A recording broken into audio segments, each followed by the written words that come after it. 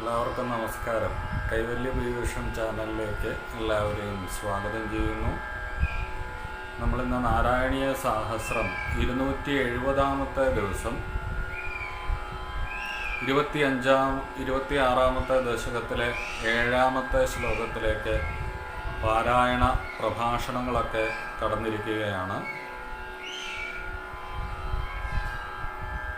ഇന്ന് പ്രത്യേകിച്ചൊന്നും പറയാനില്ല. എല്ലാവരോടും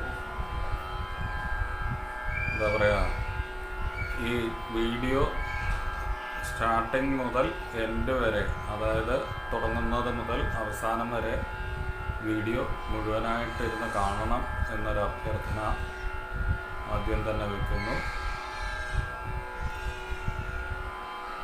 അതിനുശേഷം നമ്മളിത് പാരായണത്തിലേക്ക് കടക്കുകയാണ്. ശ്രീ ഗുരുവായൂരപ്പ ശരണം.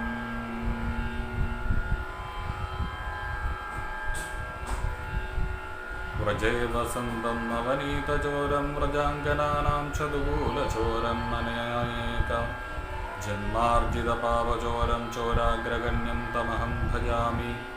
ശ്രീ ഗുരുവായൂരപ്പ ശരണം. ഗുരവേ സർവലോകാനാം വിഷജേ ഭവരോഗിണാം നിധയേ സർവവിദ്യാനാം ദക്ഷിണാമൂർത്തയേ നമഃ. ശ്രീ ഗുരുഭ്യോ നമഃ. ഭൂതനാഥ സദാനന്ദ സർവഭൂതദയാപരാരക്ഷ രക്ഷ മഹാബാഹോ ശാസ്ത്രേ തുഭ്യം നമോ നമഃ. സ്വാമി ശരണമയ്യപ്പ. ഗുരുഭ്യോ നമഃ. ഗുരുവായൂരപ്പ ശരണം. 26 ദശകത്തിലെ 7 ശ്ലോകം. ആർത്തിവ്യക്തപ്രാക്തനജ്ഞാനഭക്തിഃ ശുണ്ഡോക്ഷിപ്തൈഃ പുണ്ഡരീകൈഃ സമർച്ചൻ പൂർവാഭ്യസ്തം നിർവിശേഷാത്മനിഷ്ഠം സ്തോത്രശ്രേഷ്ഠം സ്വന്വജാതിൽ പരാത്മൻ.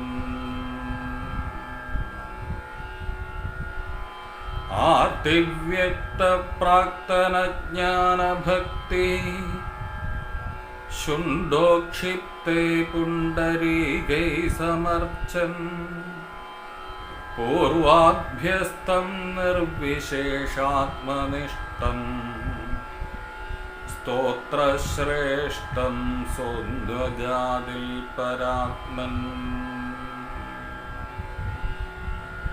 ശ്രീ ഗുരുവായൂരപ്പ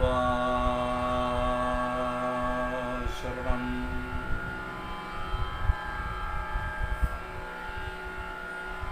ഗജേന്ദ്രൻ ആ തടാകത്തിലുള്ള താമരപ്പൂക്കളെ കൊണ്ട് തൻ്റെ പൂർവജന്മ സ്മൃതി വന്ന് ഭഗവാനെ ആരാധിക്കുന്ന രംഗമാണ് നമ്മളിത് പാരായണം ചെയ്തത്. നമുക്കും ഭഗവാനോട് പ്രാർത്ഥിക്കാം.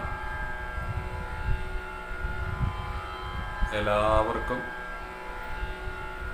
ആ ഗുരുവായൂരപ്പൻ സകല ഐശ്വര്യങ്ങളും തന്ന് അനുഗ്രഹിക്കട്ടെ എന്ന് പ്രാർത്ഥിക്കുന്നു.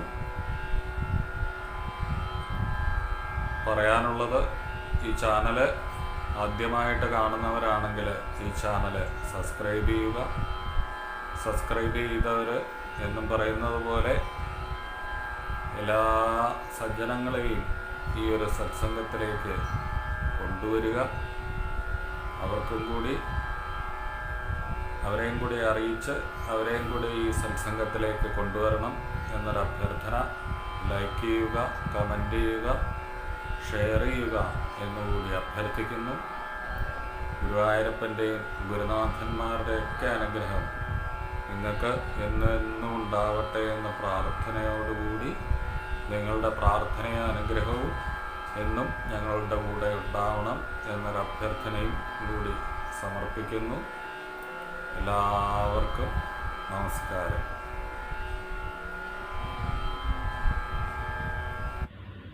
നാരായണ നാരായണ നാരായണ നാരായണ നാരായണ നാരായണ നാരായണ നാരായണ.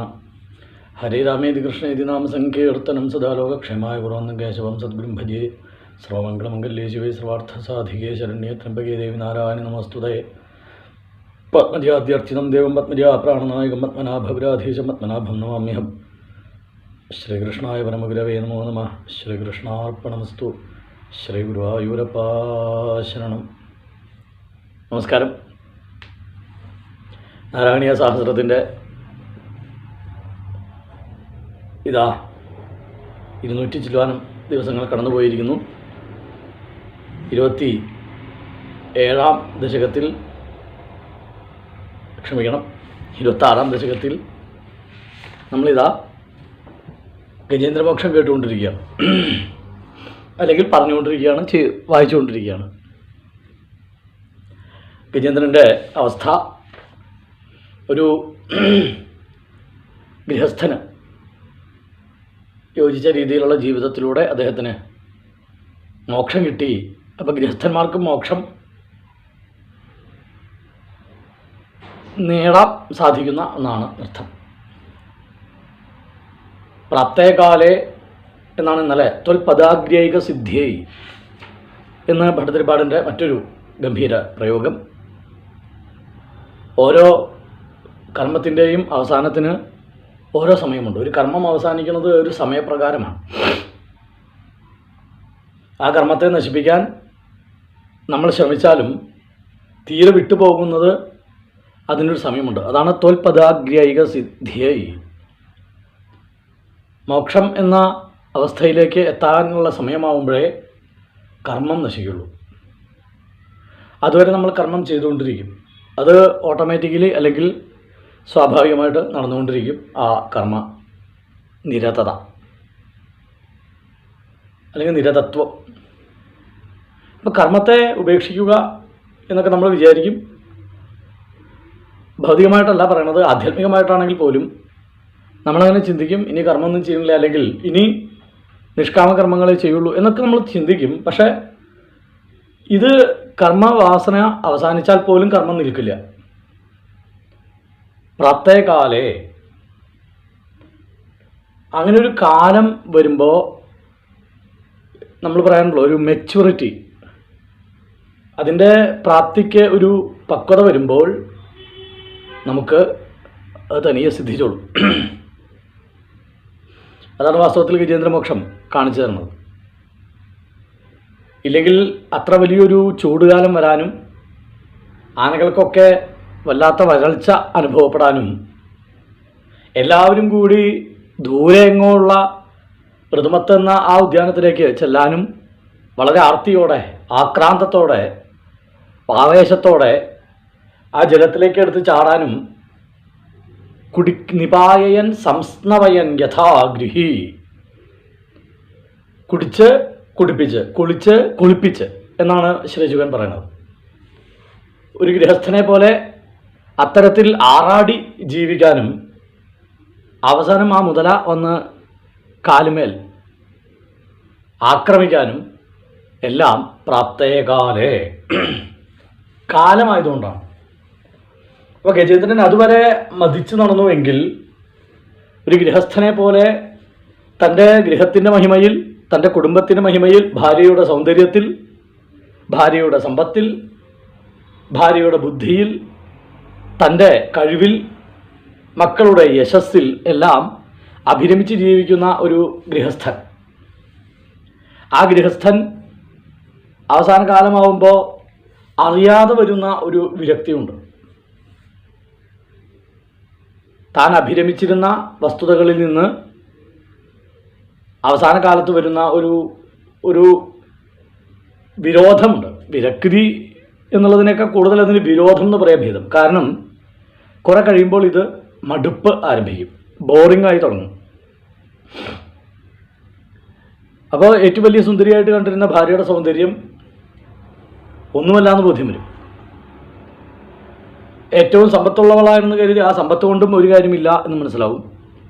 ഇങ്ങനെ താൻ മഹിമ കൽപ്പിച്ചിരുന്ന വസ്തുക്കളിലൊക്കെ വിരോധം വരും. ഇന്നത്തെ ഭാഷയിൽ പറഞ്ഞാൽ നമുക്ക് എന്താ പറയുക, ഒരു നോസിയേറ്റിംഗ് എന്നൊക്കെ പറയാറില്ലേ നമ്മൾ. നോസിയേറ്റിംഗ് എന്ന് വെച്ചാൽ അത് അത്രയും അതിന് മടുപ്പായിട്ടാണ് തീരും. ആ നമ്മൾ അഭിരമിച്ചിരുന്ന വസ്തുതകളാണ് അതല്ല. കുടുംബം, സമ്പത്ത്, സൗകര്യം,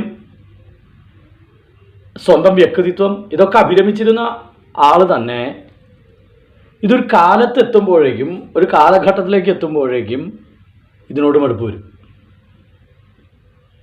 ആ അഭിരാമത്വം ഇല്ലാതെയാവും, അല്ലെങ്കിൽ ഇല്ലാതെ ആവണം.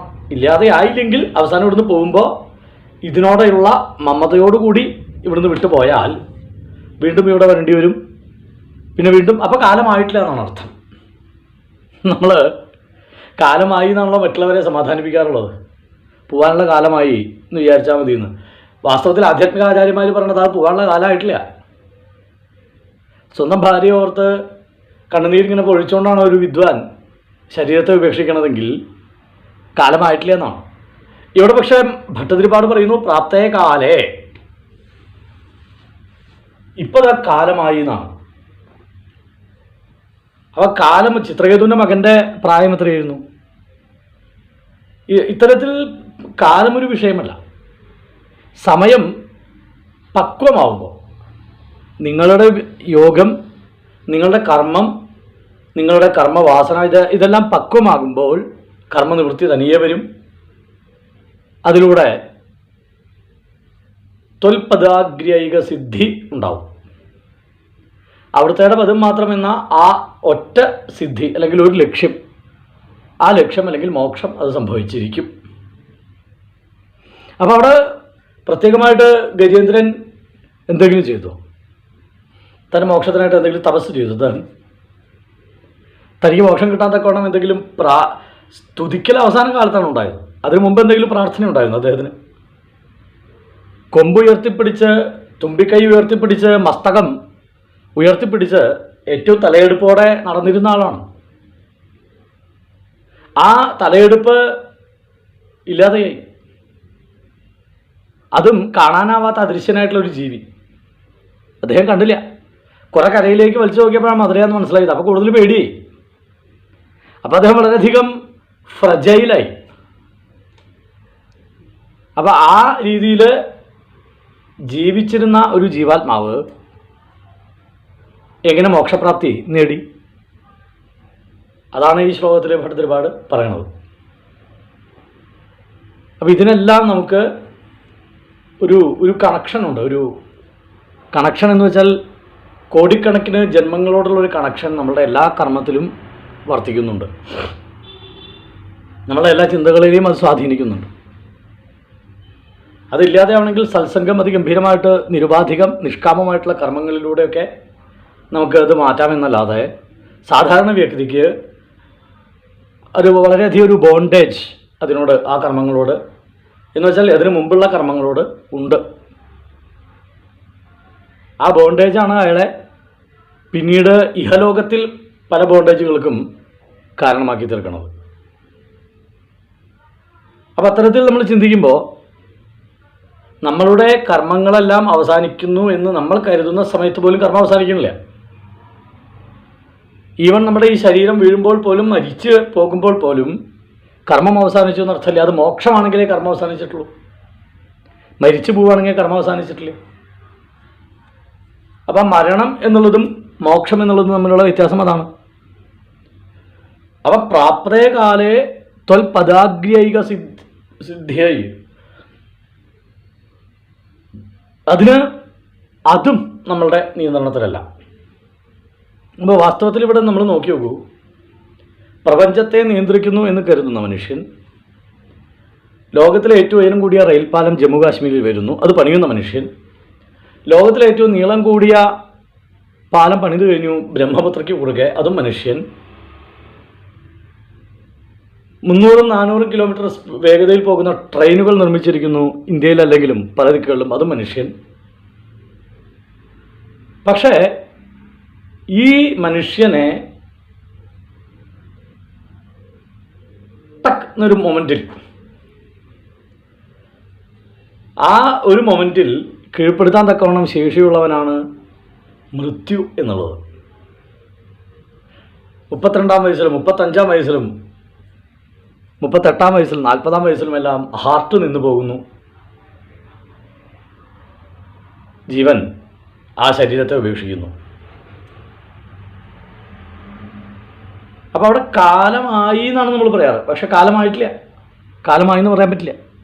അതാ ജീവാത്മാവിന് മാത്രമേ അറിയുള്ളൂ, ഭഗവാനും. കാലമായി എന്നുള്ളത് നിങ്ങളെ സ്വയം ബോധ്യപ്പെടുത്തുക കൂടി വേണം. അതിനാണ് നമ്മൾ ഈ ആചാരാനുഷ്ഠാനങ്ങളെല്ലാം നിശ്ചയിച്ചിരിക്കുന്നതും വൈദികമായിട്ടുള്ള ധർമ്മങ്ങളെ, ആചാരങ്ങളെ നിശ്ചയിച്ചിരിക്കുന്നതും. അത് കാലമായി കഴിഞ്ഞാൽ നമുക്ക് മനസ്സിലാവാനാ. ഇനി ഒരു കാലം എത്തി, ഇത് മതി എന്ന് നമുക്ക് തീരുമാനിച്ച് ഇറങ്ങാൻ സാധിക്കണം. ഇറങ്ങാൻ മീൻസ് കുടുംബത്തിൽ ഇറങ്ങുന്നു വേണ്ട, മാനസികമായിട്ട് ഇതിൽ നിന്നെല്ലാം ഇറങ്ങാൻ തീരുമാനിക്കണം. മഹാമനുഷ്യൻ, മഹാത്മാവ്, ഇന്ന് ജീവിച്ചിരിക്കുന്നവരിൽ എന്തുകൊണ്ടും ഏറ്റവും മഹാത്മാവ് എന്ന വിശേഷണത്തിന് അർഹനായിട്ടുള്ള മെട്രോ മാൻ, അദ്ദേഹത്തിന് വയസ്സ് 85 സംതിങ് ആയി, 80 കഴിഞ്ഞു. പക്ഷേ അദ്ദേഹം ഇപ്പോഴും കർമ്മനിരതനാവാൻ താല്പര്യപ്പെടുന്നു. അല്ല, അപ്പോൾ അദ്ദേഹം മഹാത്മാവാണെങ്കിൽ അദ്ദേഹത്തിന് ഈ ഇതിൽ അദ്ദേഹത്തിൻ്റെ ഇൻ്റർവ്യൂകൾ ശ്രദ്ധിച്ചിട്ടുള്ള ആൾക്കാർക്ക് മനസ്സിലാവും. അദ്ദേഹം എല്ലാ ഇൻ്റർവ്യൂവിലും പറഞ്ഞിട്ടുള്ള ഒരൊറ്റ വാക്കാണ്, എൻ്റെ എല്ലാ ഐഡിയോളജികൾക്കും കാരണം, എൻ്റെ എല്ലാ പ്രവൃത്തികൾക്കും കാരണം ഭഗവത്ഗീതയാണ്. അപ്പോൾ ഭഗവത്ഗീത പ്രകാരം കർമ്മം ചെയ്യുന്ന ഒരാൾ, ഒരു മഹാത്മാവ്, അദ്ദേഹത്തിന് മോക്ഷമില്ലാതിരിക്കും. അതിനെ അടിയുറച്ച് 65 കൊല്ലത്തോളമായിട്ട് പബ്ലിക് ലൈഫ് നയിക്കുന്ന അദ്ദേഹം ഒരു നോട്ടം ഒരാളെ തുറപ്പിച്ച് നോക്കിയെന്നൊരു കറ അദ്ദേഹത്തിൻ്റെ ജീവിതത്തിലില്ല. മഹാമനുഷ്യൻ എന്നല്ലാതെ എന്താ വിളിക്കുക? അപ്പോൾ അദ്ദേഹത്തിൻ്റെ കർമ്മം, ആ കാലം അദ്ദേഹം കർമ്മം അവസാനിപ്പിച്ച് സ്വയം ത്യാഗബുദ്ധിയോടെ കർമ്മം ചെയ്യുന്ന മഹാത്മാവാണ്. അവിടെ മോക്ഷം വന്നു കഴിഞ്ഞത് ത്യാഗബുദ്ധിയോടെയാണ് കർമ്മം ചെയ്യുന്നത്. അപ്പം ത്യജിക്കുന്ന ത്യാജന ബുദ്ധി എന്നും കൂടി പറയാം. ത്യാഗബുദ്ധി എന്നുള്ളതിനേക്കാൾ കൂടുതൽ അതിൽ യോജിച്ച ശബ്ദം എനിക്ക് തോന്നുന്നു ത്യാജന ബുദ്ധി തന്നെയാണ്. ഒരു ത്യജിക്കുന്ന ബുദ്ധിയോടുകൂടി കർമ്മം ചെയ്യുന്ന ആൾക്ക് അവൻ ജീവൻ മുക്തനാണ് വാസ്തവത്തിൽ.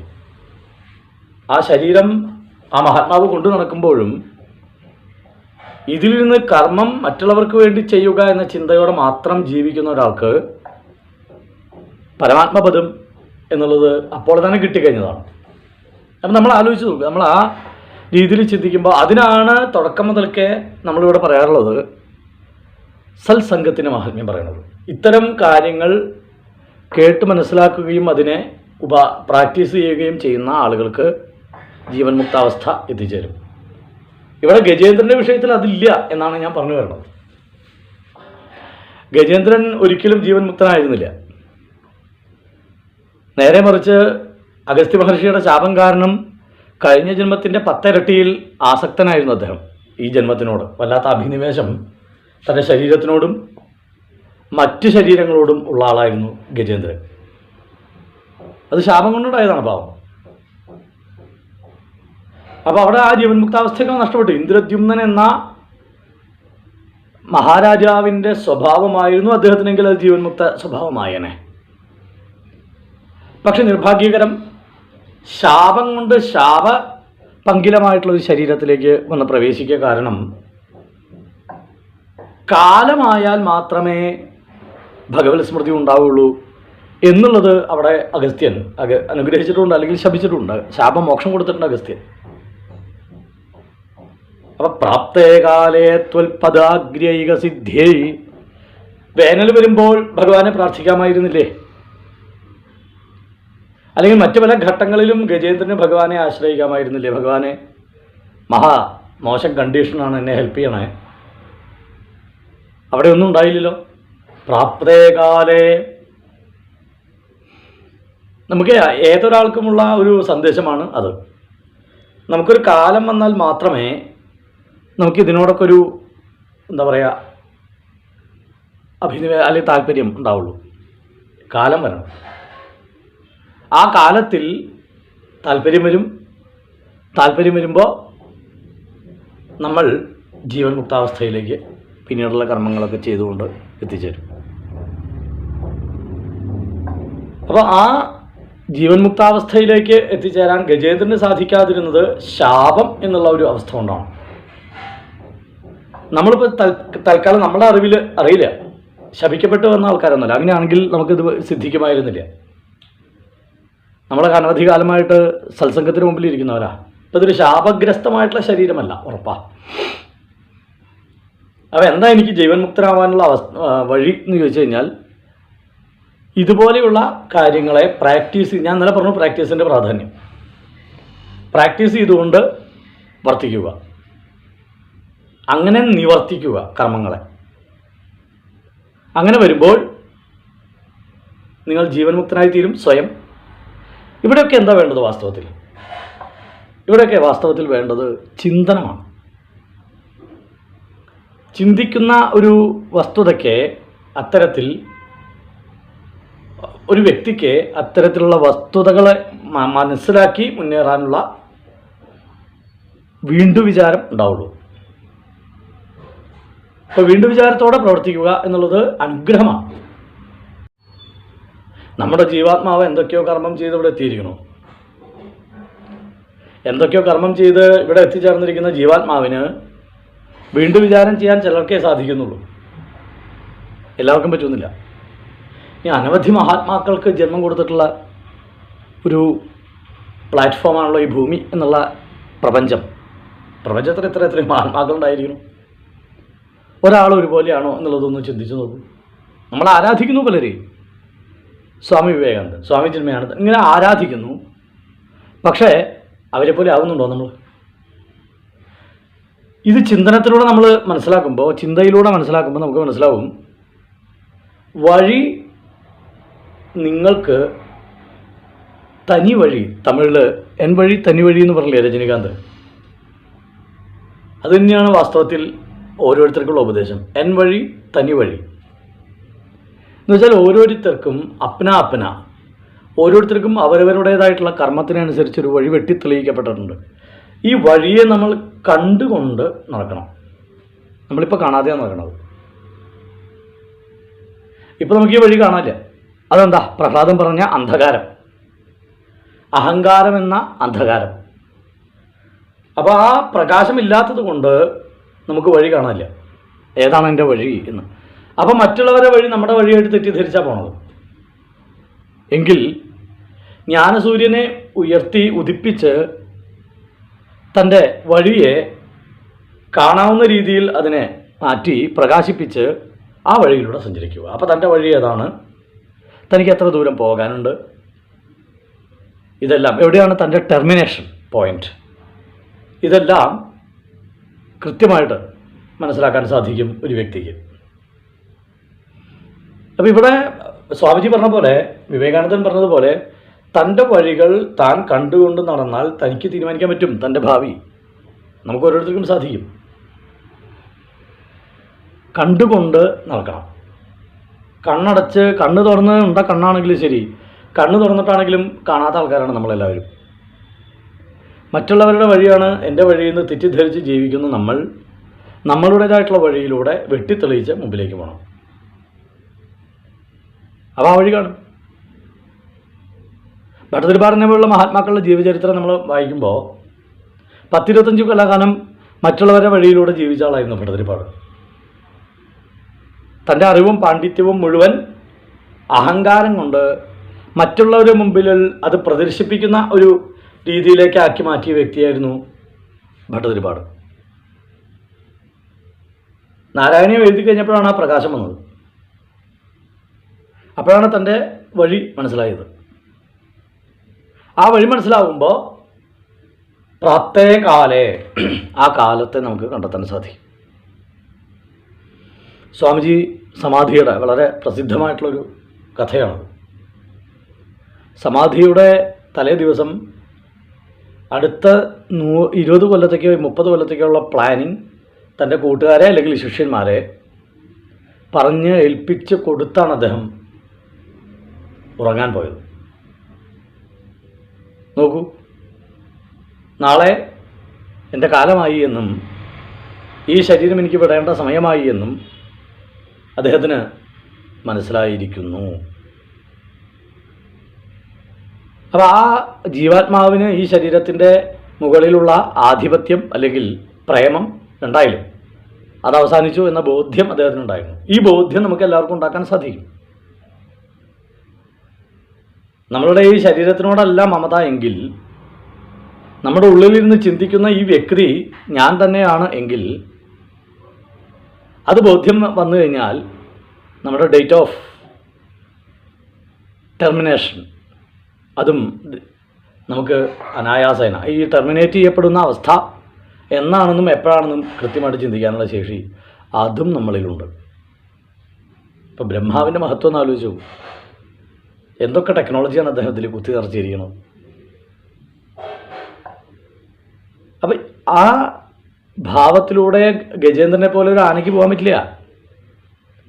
ഇന്ദ്രദ്യുമ്നന് കുറച്ചു കാലം കൂടി ആ വഴിയിലൂടെ പോകാൻ സാധിച്ചിരുന്നുവെങ്കിൽ അദ്ദേഹത്തിന് ഗജേന്ദ്രൻ്റെ രൂപവും എടുക്കേണ്ടി വരുമായിരുന്നില്ല. അവിടെ കാലമായിട്ടില്ല. കാലമാവാത്തതുകൊണ്ട് അഗസ്ത്യ മഹർഷി ശപിച്ചു. ഗജേന്ദ്രൻ്റെ രൂപത്തിലും പെട്ടെന്ന് കാലമായില്ല. ഇപ്പോഴിതാ സരസിൽ ഗ്രാഹം വന്ന് ഗ്രഹിച്ചപ്പോൾ, പിടിച്ചപ്പോൾ, കടിച്ചപ്പോൾ ബോധ്യം വന്നു, തൻ്റെ കാലമായി എന്നുള്ള ബോധ്യം വന്നില്ല. അപ്പോഴും ആനയുടെ വിചാരം തന്നെ രക്ഷിക്കാൻ ഭഗവാൻ വരും എന്നാണ്. അവിടേക്കേ എത്തിയിട്ടുള്ളൂ. താൻ തന്നെ രക്ഷിക്കേണ്ടതാണ് എന്നുള്ള ഒരു ബോധ്യത്തിലേക്ക് അപ്പോഴും ആന എത്തിയിട്ടില്ല. അപ്പം അത്ര കണ്ട് അന്ധകാരത്തിലേക്ക് പോയി ശാപമൂലം. നേരത്തെ പറഞ്ഞതുപോലെ കണ്ണ് തുറന്നിരിക്കുകയാണെങ്കിലും മുൻപിലാകെ ഇരുട്ടായിട്ടുള്ള അവസ്ഥയിൽ ആയിത്തീർന്നു ഗജേന്ദ്രൻ. അപ്പോൾ അവിടെ തീർച്ചയായിട്ടും ഭഗവാൻ വരും കാലമായി കഴിഞ്ഞാൽ. കാരണം ഇനി ഇവനെ കർമ്മത്തിലേക്ക് ഇങ്ങനെ വിട്ടാൽ ശരിയാവില്ല, ഇനി ഇവനെ പെർമിറ്റ് ചെയ്യണത് ശരിയല്ല, ബുദ്ധിയല്ല എന്ന് ഭഗവാന് തോന്നിക്കഴിഞ്ഞാൽ ഭഗവാൻ അവിടെ അപ്പോൾ വരും. ഏതെങ്കിലും രൂപത്തിൽ നമ്മളെ അനുഗ്രഹിക്കാൻ, നമ്മളെ കൊണ്ടുപോകാൻ എന്നുള്ള ഭാഷ തന്നെ നമുക്ക് ഉപയോഗിക്കാം. അവിടെ എത്തിച്ചേരും. അപ്പോൾ ഭഗവാൻ എത്തിച്ചേരുമ്പോഴാണ് കാലം ആവണത് എന്ന് മനസ്സിലാകുന്ന ആൾക്കാരുണ്ട്. നാരായണ അഖില ഗുരോ ഭഗവൻ നമസ്തേ എന്ന് ഗജേന്ദ്രൻ സ്തുതിച്ചതായിട്ട് ഗജേന്ദ്ര സ്തുതിയുടെ അവസാനം നമുക്ക് എല്ലാവർക്കും പരിചിതമായിട്ടുള്ളൊരു മന്ത്രമാണുള്ളത്. കാരണം അവിടെ മനസ്സിലായി അദ്ദേഹത്തിന്. അവിടെ പൂർവജന്മസ്മൃതി ഓർമ്മ വന്ന് തന്നെ വൈകുണ്ഠത്തിലേക്ക്, ഭഗവത് ലോകത്തിലേക്ക്, പരമാത്മലോകത്തിലേക്ക് കൊണ്ടുപോകാനുള്ള വരവാണ് ഇത് എന്ന് മനസ്സിലായി. അവിടെ അഖില ഗുരോ എന്നാണ് വിളിച്ചത്. എല്ലാറ്റിനും ഗുരുവായവനെ, ഗുരുവിൻ്റെ പ്രത്യേകത വഴികാട്ടിയാണ്. അപ്പോൾ എല്ലാവരുടെയും വഴികാട്ടിയായ, തന്നിലേക്കുള്ള വഴി എല്ലാവർക്കും പ്രകാശിപ്പിക്കുന്ന നാരായണ അങ്ങേക്ക് നമസ്കാരം എന്നാണ് പ്രാർത്ഥിച്ചത്. അപ്പോഴേ അവിടെ മുതലയെ നിഗ്രഹിച്ച് മുതല ഗന്ധർവനായിട്ട് പോകുന്നത് കണ്ടപ്പോഴാണ്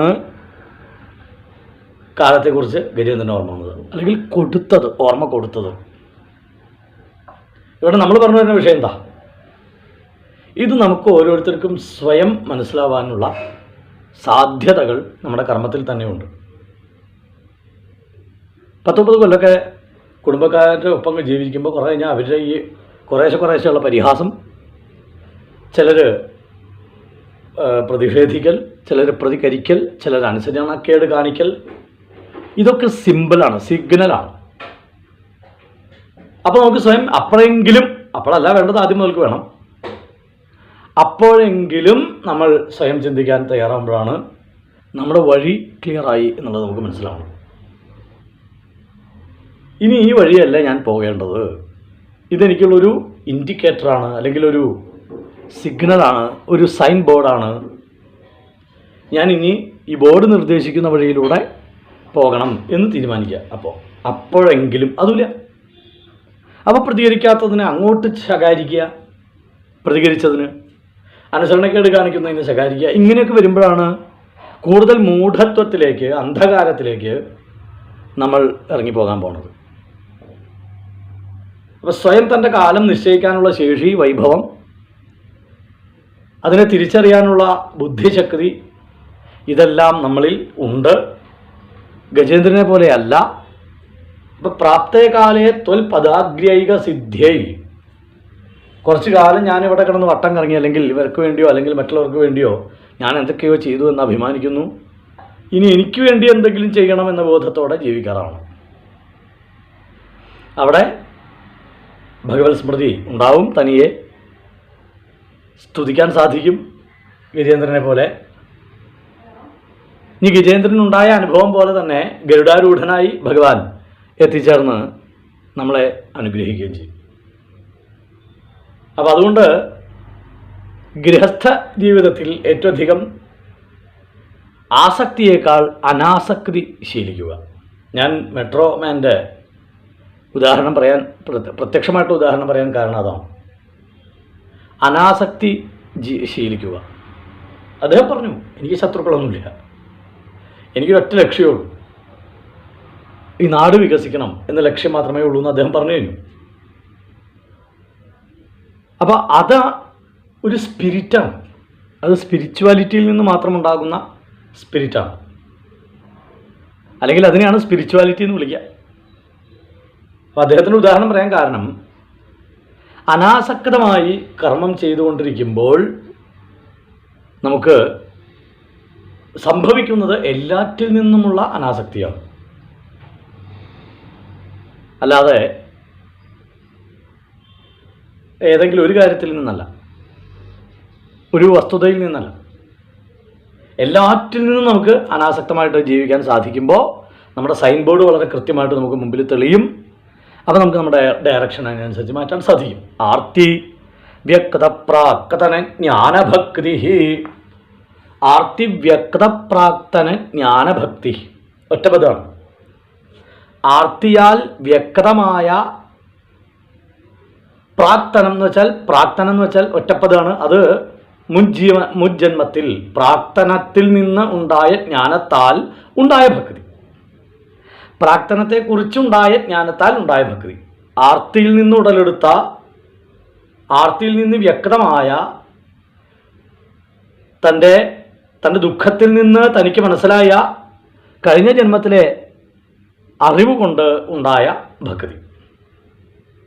അല്ലെങ്കിൽ കഴിഞ്ഞ ജന്മത്തെക്കുറിച്ചുള്ള അറിവ് കൊണ്ടുണ്ടായ ഭക്തി. രണ്ടു തരത്തിൽ അതിനെ പറയാം.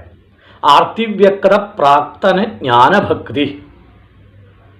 ആർത്തി ദുഃഖം, ദുഃഖത്തിൽ നിന്ന് വ്യക്തമായ, മനസ്സിലാക്കിയ, റിയലൈസ് ചെയ്ത. ആർത്തി വ്യക്ത പ്രാക്തനം മുജ്ജന്മം. മുജ്ജന്മത്തിൽ താൻ നേടിയ കാര്യത്തെ, താൻ ചെയ്ത കാര്യത്തെ അറിഞ്ഞ് ജ്ഞാനം, ആ ജ്ഞാനം കൊണ്ടുണ്ടായ ഭക്തി. ഇതിനെ ജ്ഞാനം എന്ന് കേട്ട് വേണമെങ്കിൽ കട്ട് ചെയ്യാം. മുജ്ജന്മ ജ്ഞാനത്തിലുണ്ടായിരുന്ന ഭക്തി കൊണ്ട് എന്നും പറയാം. അപ്പോൾ മുജ്ജന്മ ജ്ഞാനത്തിലുണ്ടായ ആ ഒരു അനുഭവം കൊണ്ട് ഈ ജന്മത്തിലുണ്ടായ ഭക്തി എന്നതിനെ വ്യാഖ്യാനിക്കാം. ശുണ്ഡോൽക്ഷിപ്തൈ പുണ്ടരീകൈ സമർച്ചൻ. ശുണ്ഡം തുമ്പിക്കൈ. ശുണ്ഡോൽക്ഷിപ്തൈ, ഉൽക്ഷിപ്തം, ഉയർത്തിപ്പിടിച്ച. ശുണ്ഡോൽക്ഷിപ്തൈ പുണ്ടരീകൈ, പുണ്ടരീകം താമര. സമർച്ചൻ, താമര തുമ്പിക്കൈ കൊണ്ട് ഉയർത്തിപ്പിടിച്ച താമരകളാൽ അർച്ചിക്കുന്നവനായിട്ട് മാറി. സമർച്ചൻ, വേണ്ട വിധത്തിൽ. കാരണം അത്രയും ആർത്തിയോടെ, അത്രയും ശരണാഗതിയോടെയാണ് ഗജേന്ദ്രൻ അവിടെ പ്രാർത്ഥിക്കുന്നത്.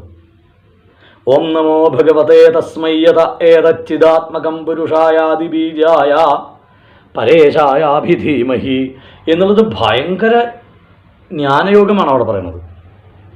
ജ്ഞാനത്തിൻ്റെ ഭാവമില്ലാത്ത ഒരു ഭക്തന് ഈ പ്രാർത്ഥനയെ പ്രാർത്ഥിക്കാൻ പറ്റില്ല. ഓം നമോ ഭഗവതേ തസ്മൈ യഥ ഏതച്ചിദാത്മകം, യാതൊന്നിൽ നിന്നാണോ ഈ ചിദാത്മകമായ വസ്തുത ഉണ്ടായത്, പുരുഷായ, ആ പുരുഷനായിക്കൊണ്ട്, ആദിബീജായ, പ്രപഞ്ചത്തിന് മുഴുവൻ ആദ്യത്തെ വിത്തായ, പരേശായ, എല്ലാറ്റിൻ്റെയും ഈശനായ, ശാസ്താവായ ആ ആളെ ഞാനിതാ അഭിധീമഹി, ഞാൻ മനസ്സിലാക്കുന്നു. ഗംഭീര സ്തോത്രമാണെന്ന് നമുക്ക് എല്ലാവർക്കും അറിയാം, പലർക്കും ബൈഹാർട്ടായിട്ടുള്ളതായിരിക്കാം. യസ്മിൻ ഇതം യതശ്ചേദം യേനേദം യ ഇതം സ്വയം എന്നൊക്കെ അവിടെ സ്തുതിയുണ്ട്. നമ്മളൊരിക്കൽ ഇതൊക്കെ പറഞ്ഞതാണ്. അപ്പോൾ ആ താമര തുമ്പിക്കൈ കൊണ്ട് ഉയർത്തിപ്പിടിച്ച് അർച്ചിക്കുന്ന ഭാവത്തിൽ അർച്ചിച്ച് അത് വീണത് ആ സരസിലേക്ക് തന്നെയാണ്. പക്ഷേ ഗജേന്ദ്രൻ്റെ പ്രാർത്ഥന, ഉള്ളിലുള്ള ബോധം ഭഗവത് പാദമായിരുന്നു. പൂർവാഭ്യസ്തം നിർവിശേഷാത്മനിഷ്ഠം. നിർവിശേഷമായ ആത്മാവിനെ സംബന്ധിച്ച അതാണ് ഇവിടെ പറഞ്ഞത്. ആത്മനിഷ്ഠമായിട്ടുള്ള സ്തുതിയാണ്, അല്ലാതെ ശരീരനിഷ്ഠമല്ല. നിർവിശേഷാത്മനിഷ്ഠം, തീർത്തും നിർവിശേഷമായ ആത്മനിഷ്ഠമായ സ്തുതി. പൂർവാഭ്യസ്തം, മുൻപ് സ്തുതിച്ചത്. ആ നിർവിശേഷാത്മം എന്ന് വെച്ചാൽ വേറെ അർത്ഥം കൂടി ഇവിടെ വ്യാഖ്യാതാക്കൾ പറയുന്നുണ്ട്. നിർഗുണത്വമുള്ള ആത്മാവിനെ കുറിച്ചിട്ടുള്ള ബോധം. നേരത്തെ പറഞ്ഞല്ലോ, പരബ്രഹ്മത്തെയാണ് സ്തുതിക്കുന്നത്. അപ്പോൾ നിർവിശേഷം എന്നുള്ളത് നിർഗുണത്വം എന്നുള്ള വിശേഷണമാണ്, പദമാണ്, അർത്ഥമാണ്. വിശേഷമൊന്നുമില്ലാത്തതിന് നിർവിശേഷം, ഗുണമൊന്നുമില്ലാത്തതിന് നിർഗുണം. അപ്പോൾ നിർവിശേഷം എന്ന് വെച്ചാൽ നിർഗുണം. നിർവിശേഷ ആത്മനിഷ്ഠം, നിർവിശേഷമായ ആത്മാവിൽ നിഷ്ഠമായ, പൂർവാഭ്യസ്തം, മുജ്ജന്മത്തിൽ അഭ്യസിച്ച ആ സ്തുതിയെ സ്തോത്രശ്രേഷ്ഠം സോൻവഗാദിയിൽ പരാത്മൻ, പരാത്മാവായ പരമാത്മാവായ ഭഗവാനെ സ്തോത്രശ്രേഷ്ഠം എന്നാണ് പറഞ്ഞിരിക്കുന്നത്. സ്തോത്രങ്ങളിൽ വെച്ച് ഏറ്റവും ശ്രേഷ്ഠമായ, മുൻപ് അഭ്യസിച്ച ആ സ്തോത്രങ്ങളെ ഇവിടെ സോൻവഗാദിയിൽ അദ്ദേഹം വീണ്ടും വീണ്ടും സ്തുതിച്ചുകൊണ്ട് വർത്തിച്ചു. എങ്ങനെ? തുമ്പിക്കൈയിലെടുത്ത താമര കൊണ്ട് അർച്ചിച്ചുകൊണ്ട്. അപ്പോൾ സങ്കല്പിക്കണം, ഓരോ സ്തുതി കഴിയുമ്പോഴും അദ്ദേഹം താമരയെടുത്ത് അർച്ചിക്കുന്നുണ്ട്. പുണ്ടരീകൈഹി എന്നാണ് പറഞ്ഞത്, കാരണം ബഹുവചനമാണ്. അപ്പോൾ അതായത് പലതവണ അദ്ദേഹം അതെടുത്തിട്ടുണ്ടെന്ന് അർത്ഥം. അപ്പോൾ ഓരോ ശ്ലോകത്തിൽ നിന്നൊക്കെ ആചാര്യന്മാർ പറയണത് വെറും ഭാവനയല്ല, ഭട്ടതിരിപ്പാടിൻ്റെ അഭിപ്രായം കൂടിയാണ്. അപ്പോൾ ആ പൂർവാഭ്യസ്തം നിർഗുണമായ ആത്മാവിൽ നിഷ്ഠമായ ആ സ്തോത്രം, അതാണിപ്പോൾ നമ്മൾ പറഞ്ഞാൽ ഇനി സമയമില്ലാത്തതുകൊണ്ട് നമുക്ക് ഒരുപാട് പറയാൻ സാധിക്കില്ല. ആ സ്തോത്രം എടുത്ത് തുമ്പിക്കൈ കൊണ്ട് ഉയർത്തിപ്പിടിച്ച താമരകളെ അർച്ചിക്കാൻ തുടങ്ങി. ആർത്തിവ്യക്ത പ്രാക്കതന ജ്ഞാനഭക്തി, ദുഃഖത്തിൽ നിന്ന് വ്യക്തമായ മുജ്ജന്മത്തിലെ ജ്ഞാനത്താൽ ലഭിച്ച ഭക്തി. ശുണ്ടോൽക്ഷിപ്തൈ പുണ്ടരീകൈ സമർച്ചൻ, തുമ്പിക്കൈയിൽ ഉയർത്തിപ്പിടിച്ച താമരകളെ കൊണ്ട് അർച്ചിച്ചുകൊണ്ട് പൂർവാഭ്യസ്തം നിർവിശേഷാത്മനിഷ്ഠം, മുജ്ജന്മത്തിൽ അഭ്യസിച്ച നിർഗുണാത്മാവിനെ പ്രതിപാദിക്കുന്ന ആ സ്തോത്രത്തെ സ്തോത്രശ്രേഷ്ഠം സോൻവഗാദിയിൽ പരാത്മൻ. വീണ്ടും അദ്ദേഹം ആ ശ്രേഷ്ഠമായ സ്തോത്രത്തെ വീണ്ടും അദ്ദേഹം ചൊല്ലി. നമസ്കാരം. ജയ് ശ്രീകൃഷ്ണൻ.